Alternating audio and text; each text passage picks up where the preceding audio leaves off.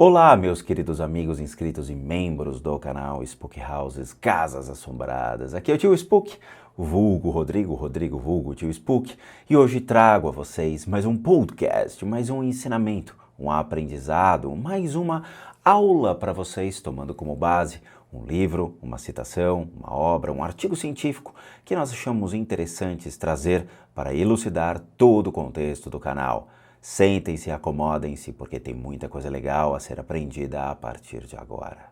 Sobre o budismo, Siddhartha Gautama concedeu o caminho do meio quando se tornou o Buda, ou o famoso desperto ou iluminado, aos 35 anos de idade. O budismo é mais uma tradição espiritual ou filosofia do que uma religião, e não reconhece nenhum Deus.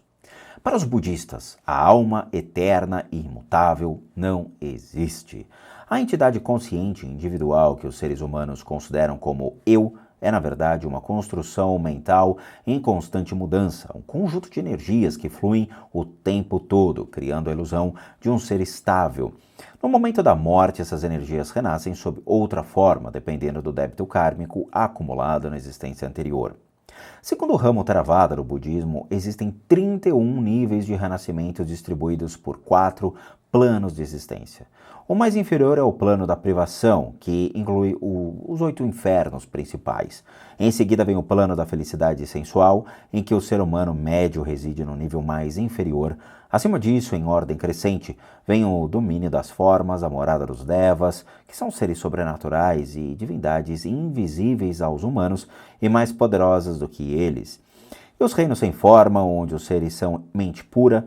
Os seres humanos podem ascender ao longo dos níveis e planos, resgatando o seu karma ao longo de suas vidas e renascendo num nível mais elevado. Cada nível é mais agradável do que o precedente, o que pode, ao parecer, tornar o caminho do meio de Buda um desafio menor à medida que se progride rumo ao Nirvana.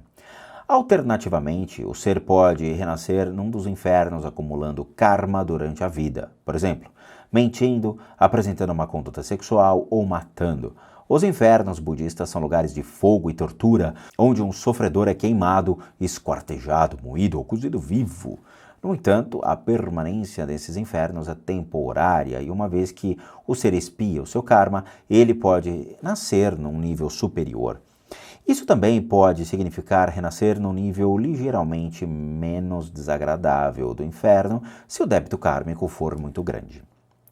Alcançar o Nirvana na tradição Theravada é uma tarefa árdua, exigindo um estilo de vida ascético e completa obediência aos princípios do caminho.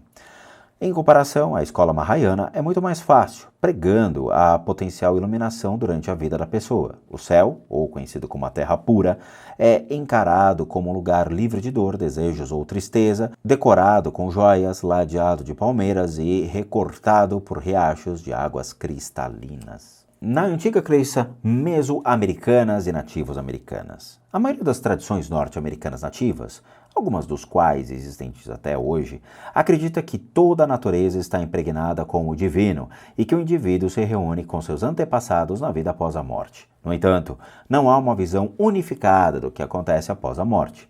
As civilizações mesoamericanas tinham noções muito diferentes da dos seus vizinhos do norte. Para elas, não havia nenhum céu para a elite e nenhum inferno terrível repleto de deuses malévolos, demônios e perpétua tortura.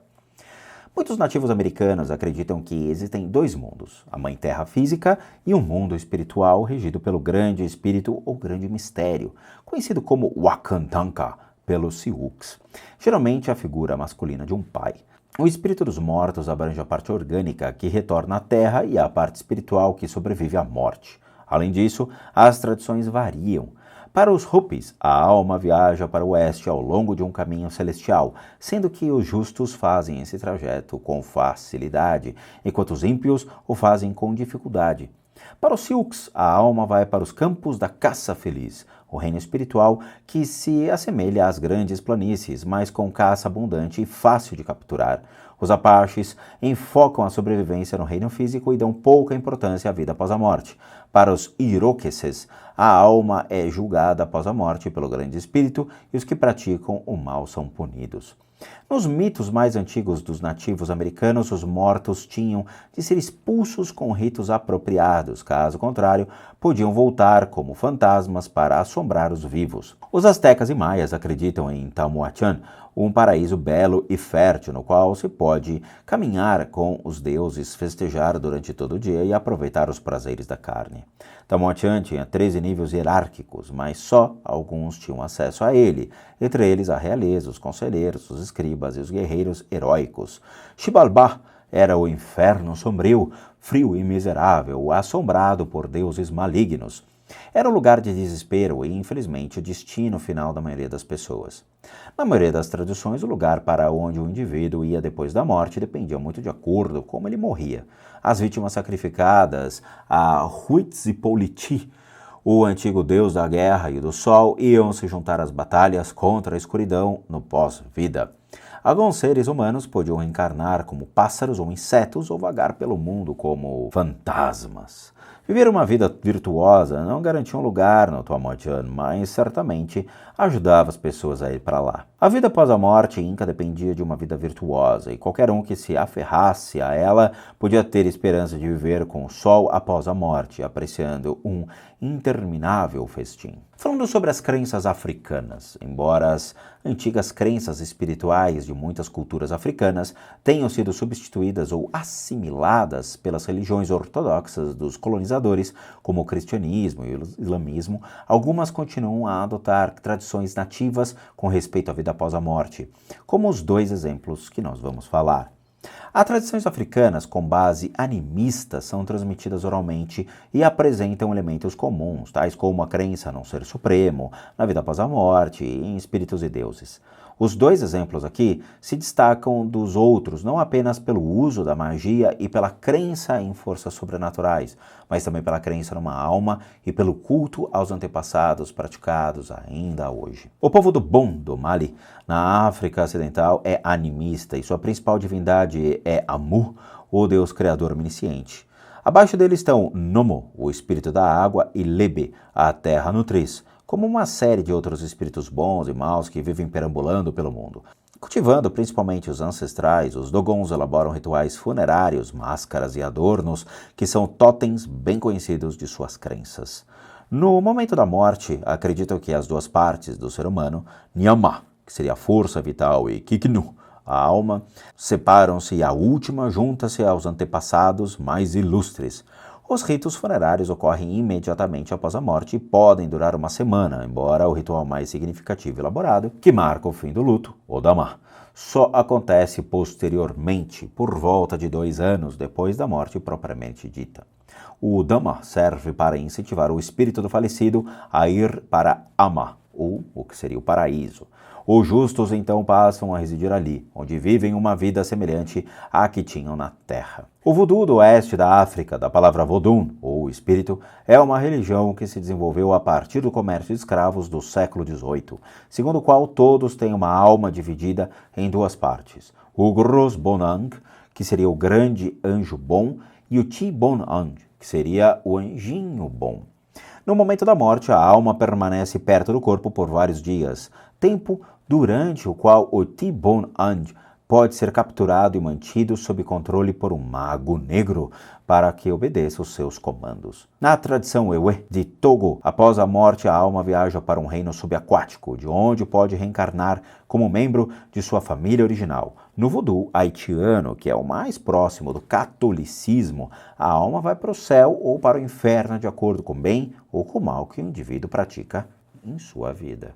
Falando sobre a Cabala, a tradição judaica filosófica e mística conhecida como Cabala ou Cabalá consiste num conjunto complexo de ensinamentos esotéricos que se desenvolveu a partir do antigo pensamento judaico para explicar a relação entre o mistério divino, imutável e eterno, En Sof, e o universo finito.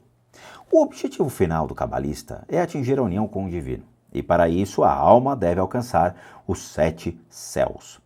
Essa é uma jornada que pode levar muitos anos e ainda mais reencarnações, com a alma se tornando cada vez mais sábia, mais forte e mais perfeita ao longo do caminho. Existem 7 céus figurativos. O primeiro é o domínio de Adão e Eva, governado pelo anjo Gabriel e cuja natureza está mais próxima do mundo físico. O sétimo é guardado pelo anjo Cassiel e é a morada de Deus.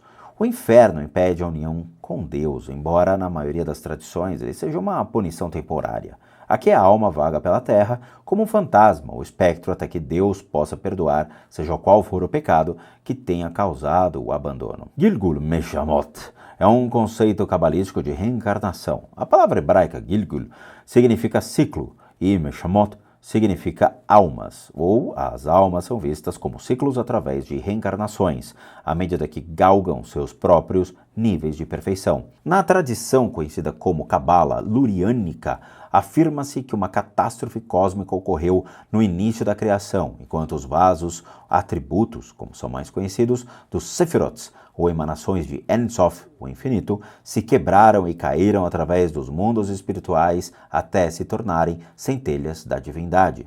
Depois que todas as centelhas voltarem a se integrar à sua fonte espiritual, uma nova era messiânica começará, e isso dá um significado cósmico à vida de cada pessoa, vista como uma centelha anímica. Nos séculos XVI e XVIII na Europa Ocidental são mais lembrados pela sua revolução científica do que pelo interesse no mundo espiritual. No entanto, 2 místicos europeus notáveis surgiram nessa época.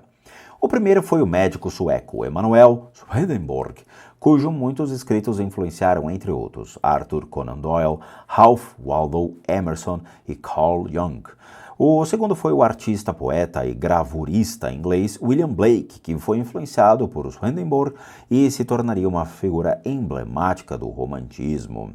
Bom, falando sobre Emanuel Swedenborg, o extraordinário cientista místico Emanuel Swedenborg, nascido em 1688 e falecido em 1772, iniciou sua carreira como médico e terminou-a, ao que parece, como um arauto da vida após a morte. Ele acreditava que a fé não bastava para uma pessoa ir para o céu, a menos que fosse acompanhada de boas obras. Sua concepção do que acontecia após a morte tem sido comparada às experiências de quase morte. Swedenborg acreditava que, no momento da morte, a alma afastava-se do corpo e seguia para um mundo espiritual muito próximo do mundo que tinha acabado de deixar, exceto pelo fato que ali nunca haveria ilusão. A alma era recebida por seres que ele acreditava serem anjos, depois era recebida pelas almas dos amigos que ele tinha feito em vida. Mostrava-se à alma uma visão de tudo o que tinha acontecido ao longo da vida dela, nada era escondido, e ela se via cercada de luz, a qual Swedenborg se referia como a luz do Senhor. William Blake, nascido em 1757 e morto em 1827, foi outro místico conhecido por sua poesia e arte altamente simbólicas. O fato de ter se afastado da religião cristianizada ainda pode ser visto como uma atitude radical, se não chocante aos olhos dos mais tradicionalistas. Ele via Satanás não tanto como um agente do mal, mas como um herói rebelde que causava mudanças pela sua recusa em se curvar a um Deus severo e ditatorial. Defensor da qualidade sagrada do amor e, ao contrário dos casamentos restritos de seu tempo, seus ideais eram fundamentados no conceito do amor livre e seus ideais foram considerados os germes do movimento do amor livre de 1960. Ele viu o céu e o inferno antes como estudados do eu individual do que como lugares. A convicção de que o céu e o inferno estavam fora de si mesmo levou-o a acreditar que, se ambos existiam no indivíduo, podiam ser resgatados através do perdão e do autossacrifício, quando se restabelecia o equilíbrio do próprio mundo inferior. Bom, meus amigos, este foi mais um capítulo, mais um episódio desse incrível podcast, conhecido como a Bíblia da Vida Após a Morte. Espero que vocês tenham gostado, espero vê-los também nos próximos episódios. Não deixe de acompanhar mais um capítulo desse incrível podcast. E só lembrando, para aqueles que realmente procuram e precisam de ajuda, tratamentos direcionados às suas limpezas de casas ou tratamento para suas enfermidades, para doenças físicas, mentais, emocionais, espirituais, kármicas ou o que for, devem encaminhar sua solicitação única e exclusivamente para limpeza-de-casas@gmail.com. Para aqueles que querem tornar-se membros, nós temos o programa Seja Membro, basta clicar dentro da própria plataforma do YouTube e que você contribui com R$ 8 para nos ajudar dentro desse projeto e continuar caminhando dentro da plataforma, além, obviamente, do sistema de doação pelo próprio PayPal. Além disso, nós temos a nossa lojinha casasassombradas.com.br com muita coisa legal para vocês. Vejo vocês nos próximos episódios e nos próximos vídeos. E bons sustos a todos nós.